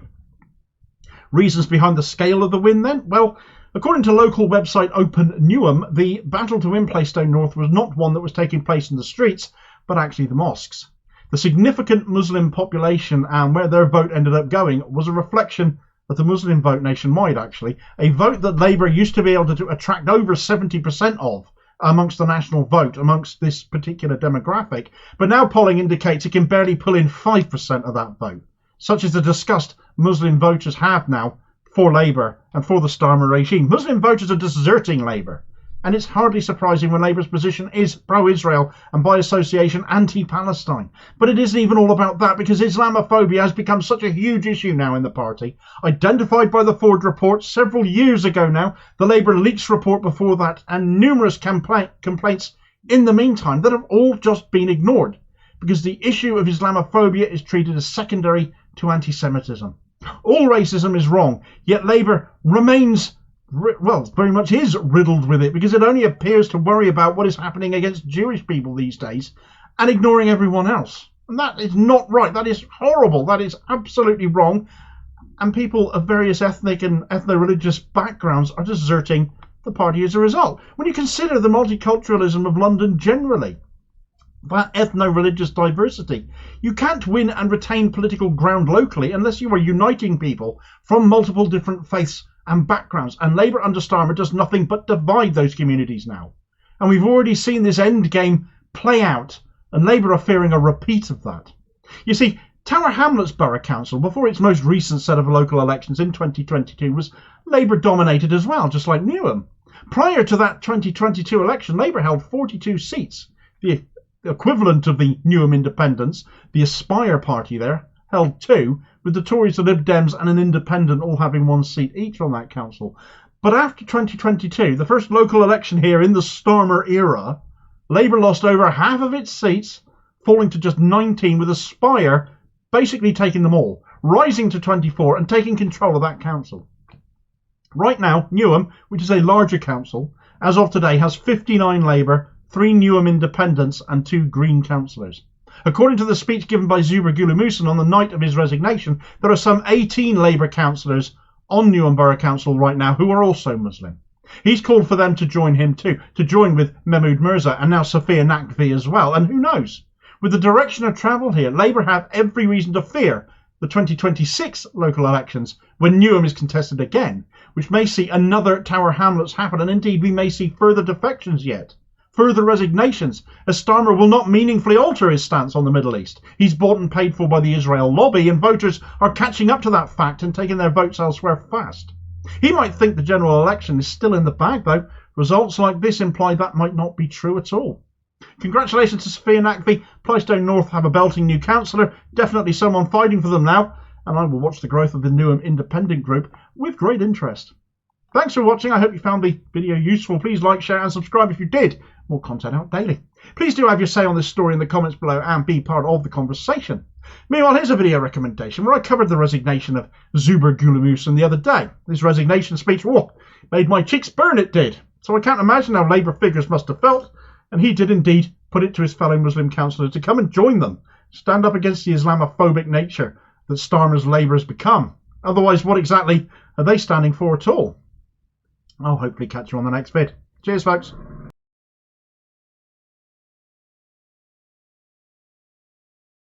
Right, so scandal has struck in Croydon East, heaven forfend, at the parliamentary selection for Labour's candidate, as claims of voting fraud have meant the entire selection process has had to be paused with immediate effect whilst the mess gets straightened out. The whole affair centres around allegations of candidate tampering, insofar that one candidate has been heavily favoured over all others, and this tampering, or the accusations thereof, have been aimed at the officials overseeing the selection.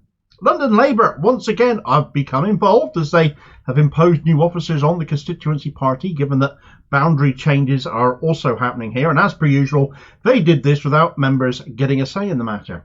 But the issues haven't ended there, as the Labour Party anonymous-voter system is yet again being pointed at as a source of vote rigging, an accusation aimed at it before, and since an anonymous voter is owned and run by people with connections to Labour General Secretary David Evans, between that and London Labour itself being involved, does this go right to the top, or is Croydon, the home of anonymous voter itself, just more susceptible as a result? Right, so a Labour candidate selection in Croydon East has collapsed amidst allegations of vote rigging and rule breaking to favour one candidate over the others, to a level that one official present said that nothing like this has ever happened before. Dramatic stuff. The allegations are that votes were cast on behalf of people without their knowledge, and that membership data had been tampered with to try and rig a desired outcome. Well, we've never seen that happen before under Starmer, have we? Desired outcome by a factional few.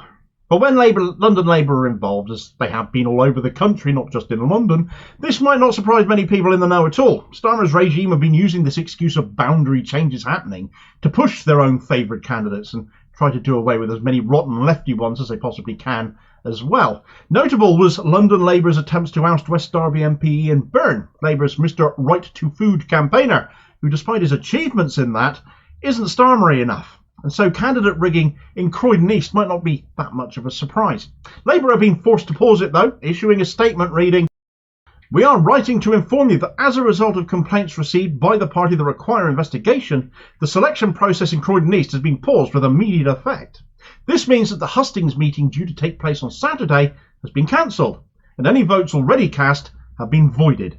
We will be in touch with further information in due course following the conclusion of our investigation." So who's investigating then, Damo, you might be wondering? London Labour. Oh, that'll go well then. They are the ones who issued the response to pause proceedings. Lots of trust in that, I'm sure, especially after they imposed officers to oversee things here. They didn't just select officers from within Croydon East, they've imposed 3 of their own. In fact, 2 of them are particularly notable. Carol Bonner is one, a former ward colleague of suspended Croydon Council boss Simon Hall, who with another councillor, Tony Newham, were suspended for their alleged part in the financial collapse of Croydon Council back in 2021. So she's got some stellar connections. And the other is a chap called Mark Henson, and I'll come back to him later because he's relevant. Now, the idea of London Labour with their reputation investigating this has been met with anything from disgust to outright fury. One member said, "This is what comes of handing the running of a selection to unelected officers who, by definition, are not trusted by members. Any process not subject to scrutiny is liable to corruption." And the Croydon branch of Momentum tweeted out on this matter as well. They've said, "If you want to fix something, don't get the most useless people imaginable on board to help you do it." Well, that seems to say it all, doesn't it? But let's not leave it there, because when it comes to candidate selections, the go-to place for such news on such things is former Channel 4 reporter Michael Crick's Tomorrow's MPs Twitter account, because he covers it all when it comes to parliamentary selections of all parties. But on this story, he's had a merry fit. In a series of tweets, he said, "Exclusive, huge problems, including suspected fraud and allegations of large-scale tampering with membership lists in this Labour selection. Several complaints already made to Labour national and London region HQs, especially over use of online votes. One Labour member has written complaining postal online vote has been requested in her name when she didn't apply for one, as she intended to go to Saturday's selection meeting in person. The application used an email address which didn't even belong to her." The member's complaint continued, "I am also inquiring if I'm the only person this has happened to, as this has serious implications regarding vote rigging." Tomorrow's MPs has also seen evidence the membership list supplied by London office to the 4 contenders, so they can canvass members, has been tampered with. Dozens of members have had home addresses changed in ways which suggest systematic, not human error. A successfully selected candidate from a different Labour region, so not London, has texted me to say the online voting is dodgy as hell, and the candidate added that with their selection there was an unbelievable discrepancy between votes on the day and online votes. This is so serious that Starmer should step in and suspend the use of online voting in Labour selections, appoint an independent KC to investigate Croydon and past concerns, immediately freeze all online voting data history so that can't be destroyed or tampered with. Starmer should also insist that for Labour selections where the result would have been different had online voting not been used, then the selection is rerun. And I should stress there are many selections where voting online wasn't used at all. KC Starmer should appoint to investigate online voting and selections should investigate to see if 1. Online voters really applied for online votes, and 2. Online voters had their emails changed to emails that weren't theirs, and 3. Votes were fraudulently cast in their name. Labour member I quoted earlier is Joanna O'Prey. She tells me she heard by accident she had an e-vote even though she never applied for one. And she says email address linked to that vote was false and it spelled her name Joanne, which she never does. And Joanna O'Prey says she was surprised to learn that she had any vote in the selection as she thought she'd left the party about a year ago. The implications of the online voting story in terms of data protection breaches could be huge and hugely costly for Labour. It's totally wrong that the London Labour Party is carrying out this investigation. The London Party HQ may be guilty of wrongdoing. It should be carried out by an independent person and probably the data protection registrar and the police. Several Labour activists have sent messages to say the procedures for Labour online voting in the party's selections are very lax compared with postal voting. Really does hammer it home, doesn't it? It does spell out how bad things are, doesn't it?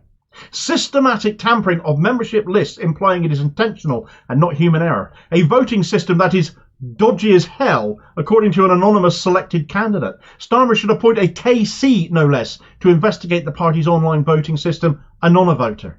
Well, that's where I'll turn to next, since it seems to be intrinsic to the accusations here. A non-voter is an online voting system which Labour adopted in September 2020, early in the Starmer leadership then, but was apparently done so without any competitive tender process and without any explanation as to why that was.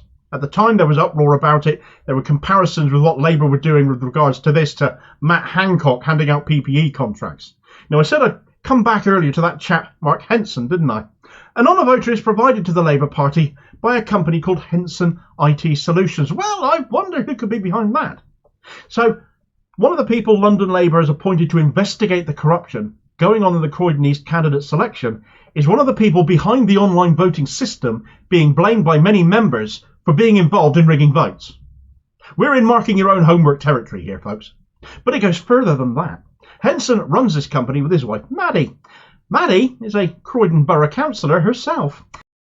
Here's a picture of Maddie Henson with a chap called Joel Bodmer. He's nicknamed Bodger. That's good, isn't it? A man given access to allegedly to the membership data before the selection process was opened in a clear breach of Labour Party rules. And he's one of the candidates, by the way.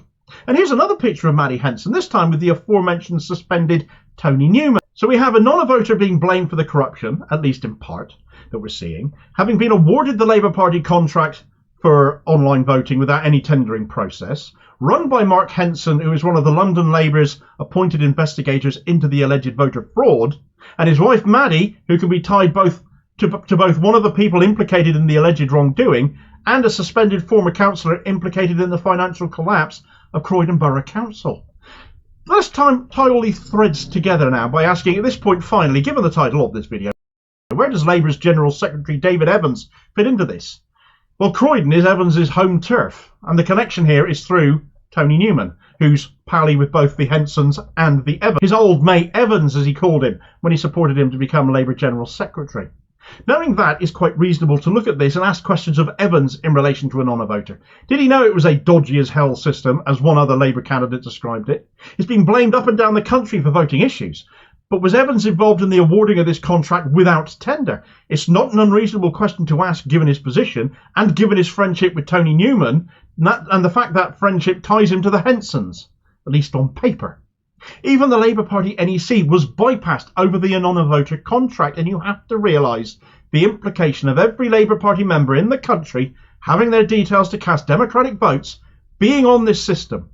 If the system is corrupt, if it is able either in and of itself or through manipulation to be able to act in a factional or selective manner, it is utterly unfit for purpose, and why it was ever given the contract for this to start with will come into serious spotlight and needs serious examination. If the General Secretary was involved in the awarding of this contract, and it is pretty hard to see how he could not have knowledge of such a massive internal deal, he could well be knowingly implicated in such things, and that absolutely needs investigating. That London Labour have appointed one of the people behind a non-voter to investigate what has happened in Croydon is an absolute joke. As for Maddie Henson, she's hoping to be elected to the London Assembly next. As a result of the corruption alleged in Croydon East, though, selection of Labour candidates for the Greater London Authority has now had to be suspended too. Are you convinced any wrongdoing will be found here? I'm not. Thanks for watching. I hope you found this video useful. Please like, share and subscribe if you did. More content up daily. Please do have your say on this story in the comments below and be part of the conversation. Meanwhile, here's a video recommendation where if the fish rots from the head, then localised issues like this, not the first and unlikely to be the last under the Starmer regime, can only end with the removal of Starmer himself. Perhaps you're the person to stand against him and do so, in which case, because everything is in place for the right candidate, courtesy of anti-Starmer group OISA, from organisers to the necessary cash, and I'll hopefully catch you on the next vid. Cheers, folks.